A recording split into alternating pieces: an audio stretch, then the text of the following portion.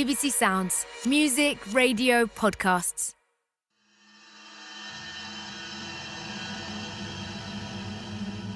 In April last year, I was shown a secret document containing names and addresses of more than 300 men and some women. It appeared to be a membership list for a campaigning group active in the 1970s and 80s, the Paedophile Information Exchange, a network of people interested in sex with children. We want to find out everything we can about it. The list, it could have been a powerful tool to save huge numbers of children from sexual abuse. Did anyone try? So, the first document that comes out of the tattered grey carrier bag is something quite interesting. So we're working through stacks of files and papers. They seem to offer proof that members of the Paedophile Information Exchange, also known as PI, infiltrated schools and the social care system in order to abuse children. These documents were dumped into my arms by a source who didn't want to be interviewed or named. He was nervous. He wanted to get out of there quickly. I mean, he insisted we didn't record anything, that his identity shouldn't be revealed. We're calling him the Worcester Contact. Now we're reading through letters we found among those documents, sent by 3 different children. Some of them mention a man they call Charlie. Could he be Charles Napier? That's the man journalist Francis Ween told us about, a school teacher convicted 3 times of sexual abuse of children. We know he lived close to these boys.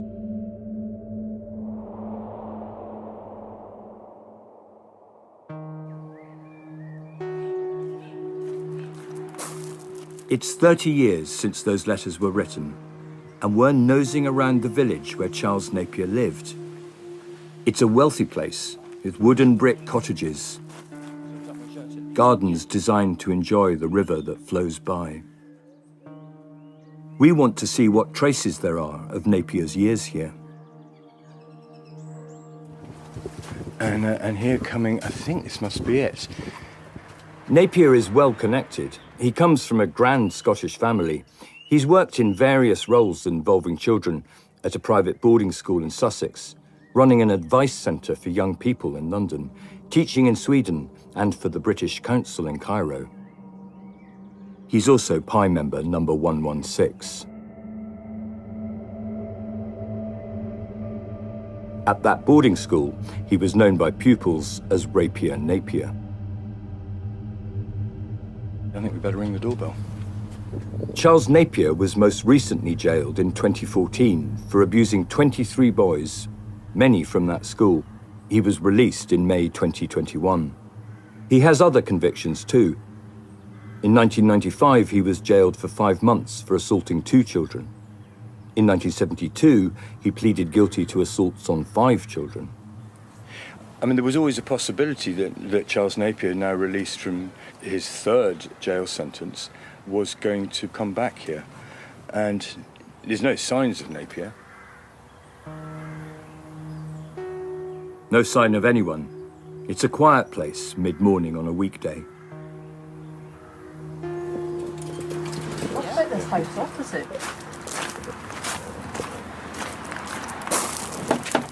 Hello? Good morning. I'm so sorry to bother you. It's an elderly man who answers. Charles Napier. In the 80s and 90s. Napier. I can't remember. But then, a younger woman joins him at the door. A relative come to visit. A little more detail, perhaps? So he was a criminal and then did time in jail. Oh, just a minute. Yes, I remember Charles Napier. So do I. Yes. Do I. He lived in there. Yes, he was a criminal, I remember. Yes. I do remember now. Yes. Because we had sons, and it wasn't till afterwards that we realised that it was quite dangerous allowing them to play with Charles, and Charles was so nice. Oh, he was so nice, you've no idea. And he had in local friendly boys. I mean, he was a really nice chap, and you understood afterwards that he was not good. Well, absolutely. And the modus operandi of people like that is to groom everybody Yeah, he because was that lovely. protects you. Yeah, he was lovely. Yes, I remember him. Yeah, Right, I'm yes. sure you do. A long And there was a time. young lad who used to be with him a lot. What was his name?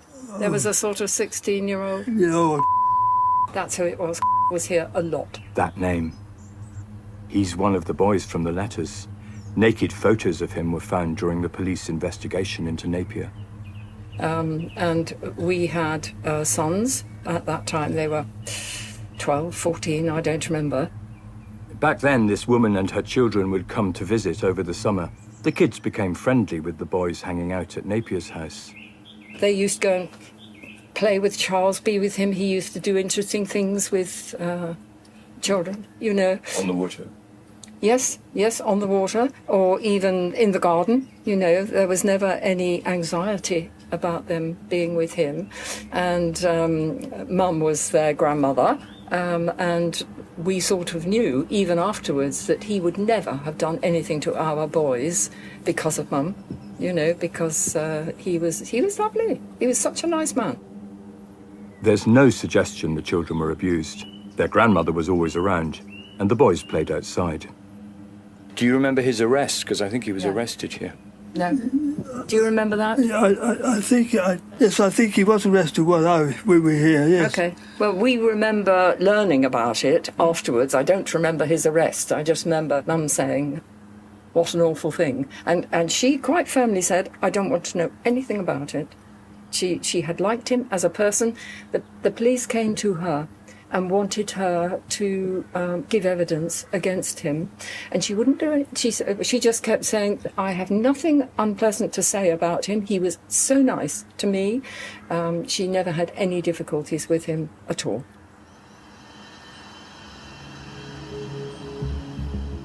That story she told me on the doorstep, it resonated. It's so familiar. What I've found again and again is that predators make it their business to be friends with everyone around them. The neighbours, the parents, the staff of the school or care home, the local police.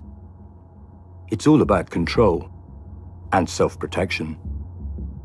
When they're found out, there's a chance those they've befriended will just dismiss the allegations. But he's such a lovely man. So helpful.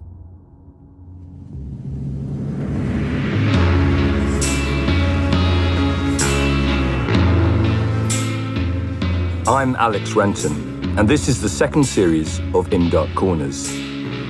Episode 2, They Groom Everyone.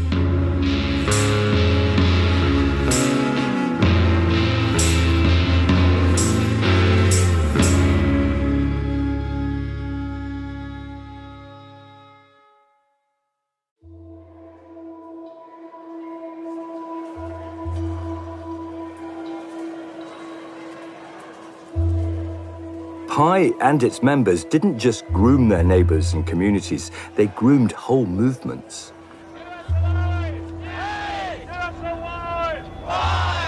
Standing back, I can see how that worked. First, the timing.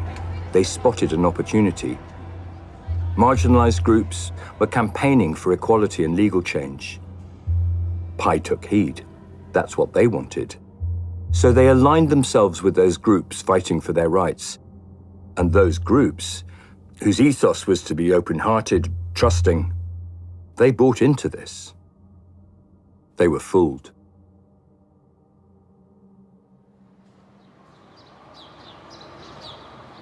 We're in North London visiting the journalist Christian Wolmar. He's written extensively about child abuse scandals in care homes. But in 1976, one of his first jobs was at the legal charity Release, which deals with drug law issues. We actually ran a 24-hour service, and I remember kind of sleeping with a telephone next to me, which was quite unusual in those days, because one only had one telephone at home, so you had to kind of sleep in the corridor and take calls from distressed young people who had been busted, as the expression was, by the police, and they had a right to one phone call, and they often made it to Release. Release had an office in West London, which it shared with several other radical rights organisations.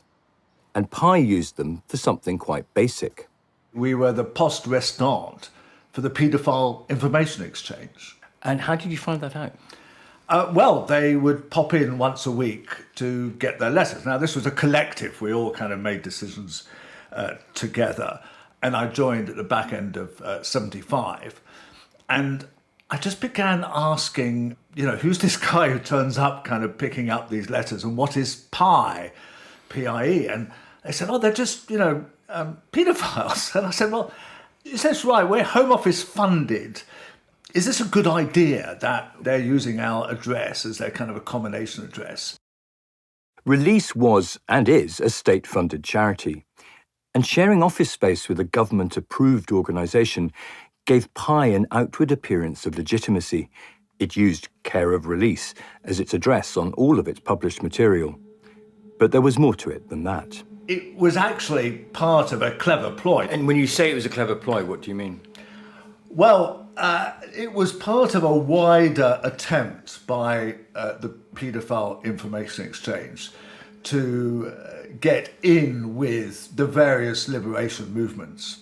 It was a kind of huge rainbow coalition of largely left-wing people who supported a wide variety of causes.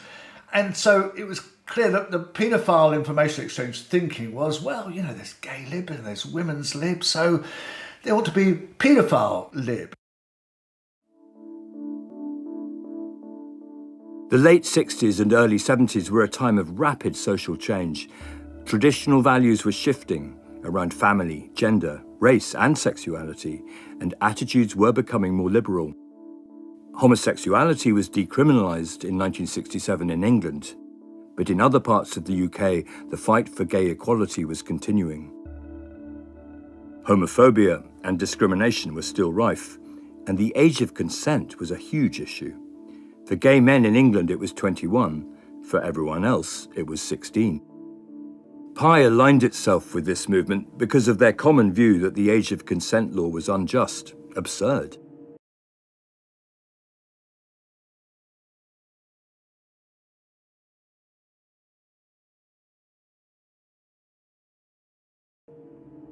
But PIE, it wanted to drop it to 4 years old or abolish it altogether.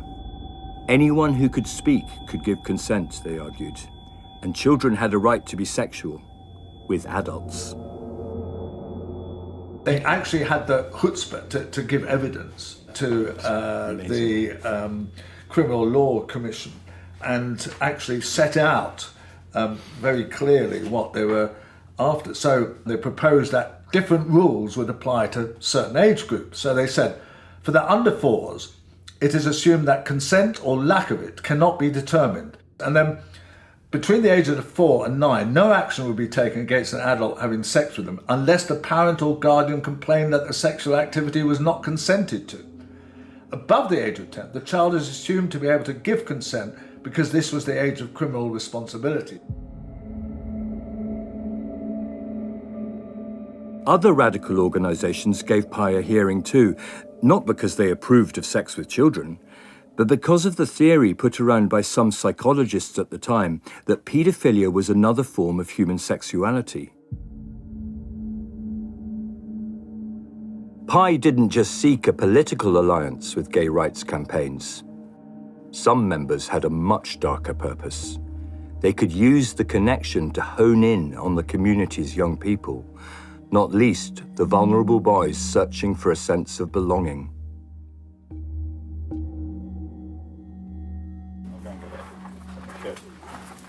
Great garden. Yeah, it's all right, isn't it? How long have you been here? About 15 years now. Nice. This is Steve Power. He lives with his husband in a neat detached house outside London on the Thames marshlands. We sat down to speak on a warm day in his garden. Steve grew up in Dagenham on a council estate. His father was a worker at the big Ford factory. He kept his sexuality secret for a long time, until he made a good friend, Simon. We were introduced and we just became really, really good friends, and we've been friends ever since. And we are still friends today. As young gay teenagers, they felt very alone in 1970s Essex. They wanted to become part of a community that they knew was out there. We saw I think it was a leaflet that we'd got from the Tom Robinson gig, and we just thought we'd ring the gay switchboard, London Gay Switchboard, and see whether there was anything in our local area or anywhere that we could go to. Switchboard put them onto something called the London Gay Teenage Group, or the LGTG. They were having a meet-up at a pub in Islington. We looked and peered up the stairs and we just think, what's at the top of those stairs?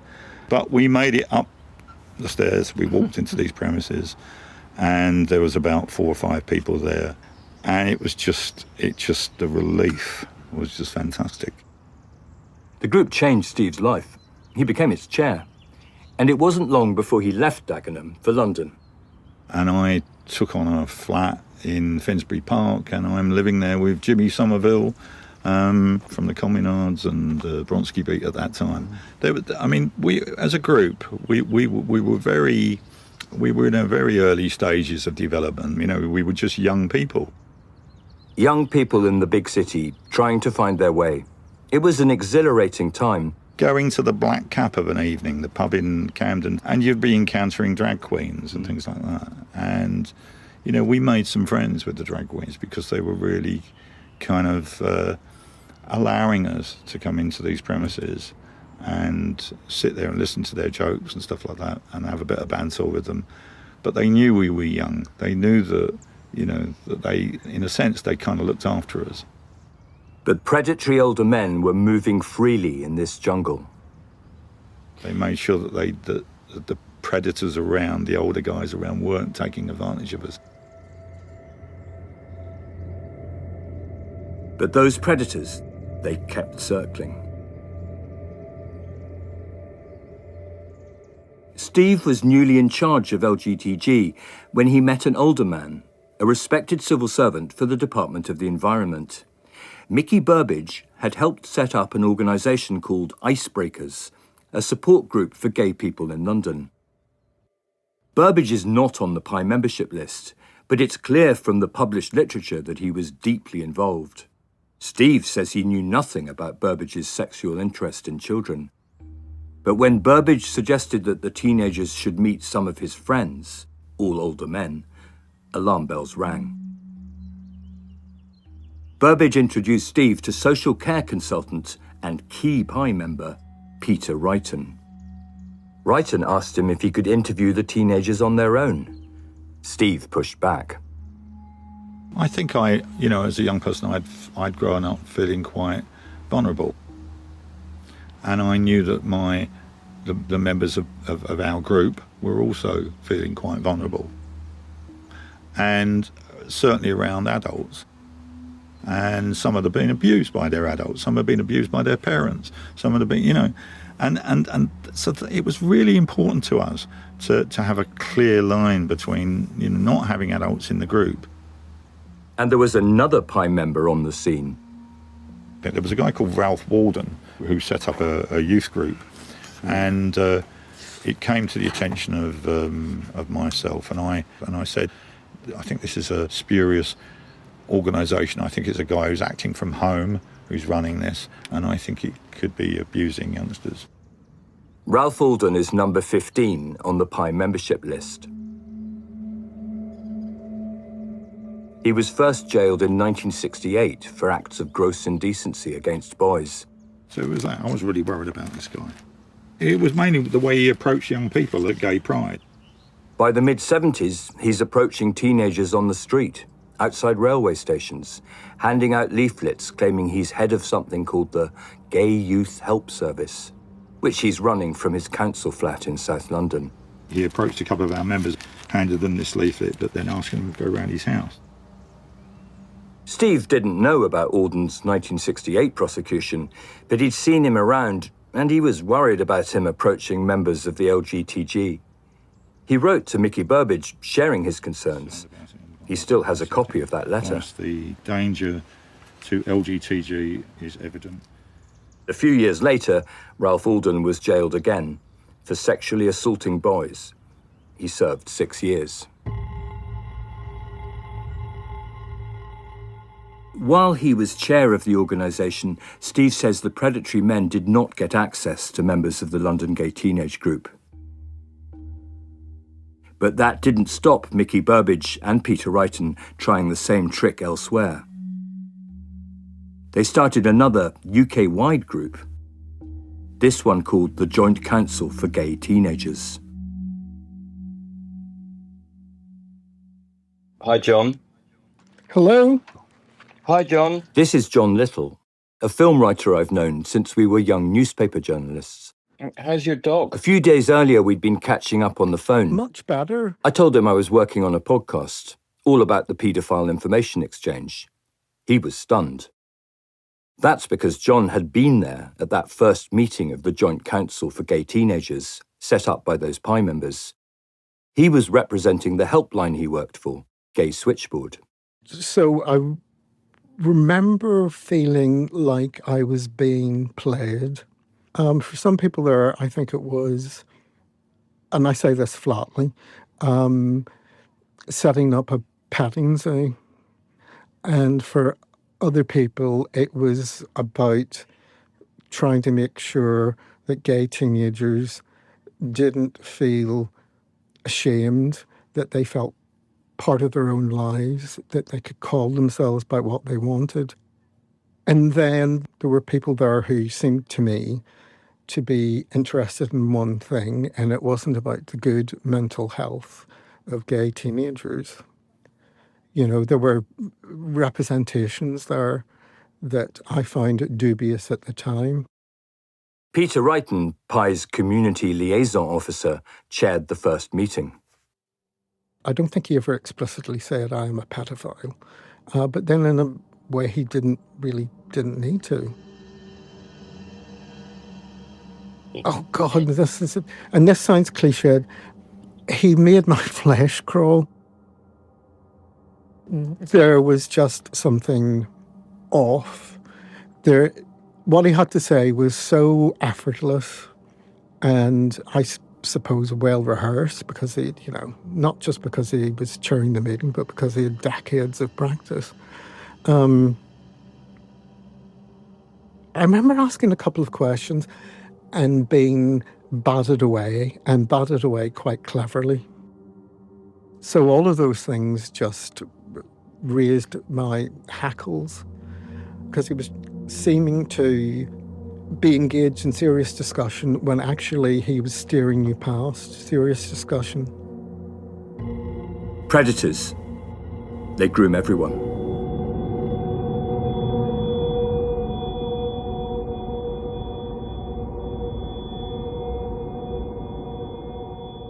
That was not John's only brush with PI. He and his friends were members of the Campaign for Homosexual Equality, or CHE. PI wanted to get in with CHE. Having this much-respected group as allies would open doors for them in places of power.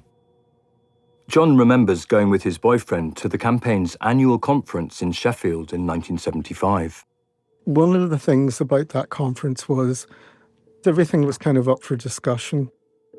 Whether we liked it or not, there was a sort of common experience of oppression.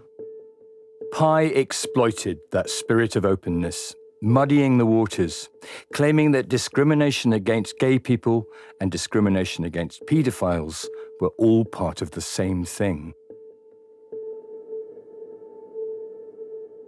Several PI members were at the conference in Sheffield that day. The teenage John Little watched as the PI chairman took to the stage.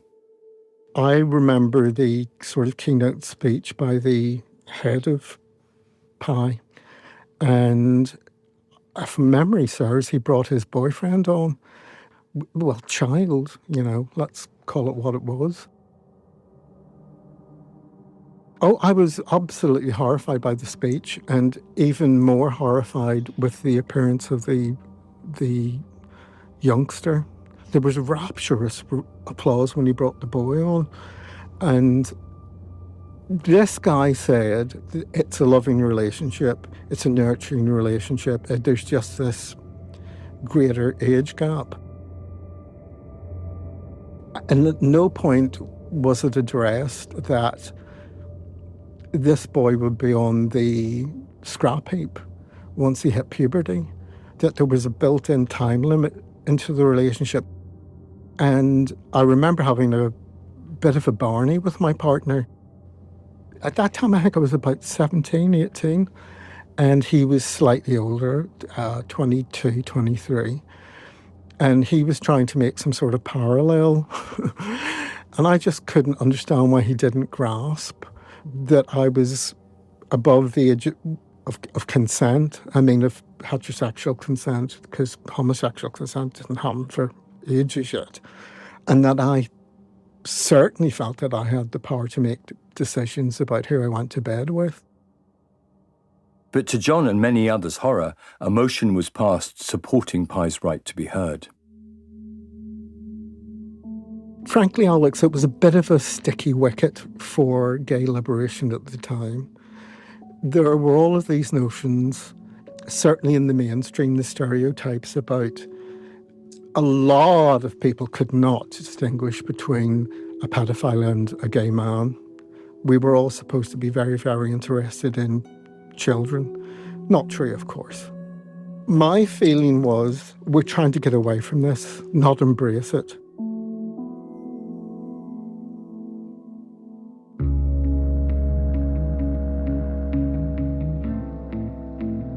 The more I learn about Pye's activities, the more I wonder what secrets the Pye membership list holds. We've been making progress tracking down details about the members. Basic research on some of those 300 plus names reveals a frightening number of people in professions caring for children. Teaching, youth clubs, social work, churches.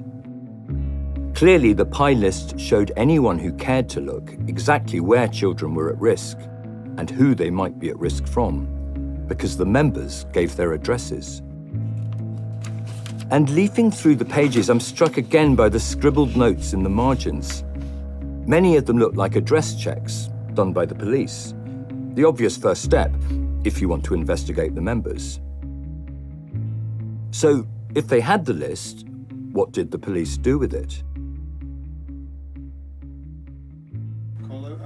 Hi, I'm not hearing you at the moment. I'm in the studio, struggling to connect with a radio station in Alaska. No. The interviewee waits patiently down the line. Not hearing you yet. No. Okay, can you hear me now? That's very soft. Just hear it. And finally, we're through. I won't shout. We've been tracking this man for some time. He's a former detective in the Met, and he's keen to talk to us.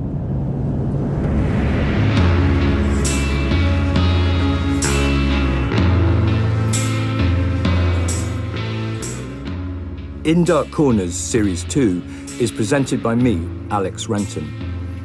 The producer is Caitlin Smith. Research by me,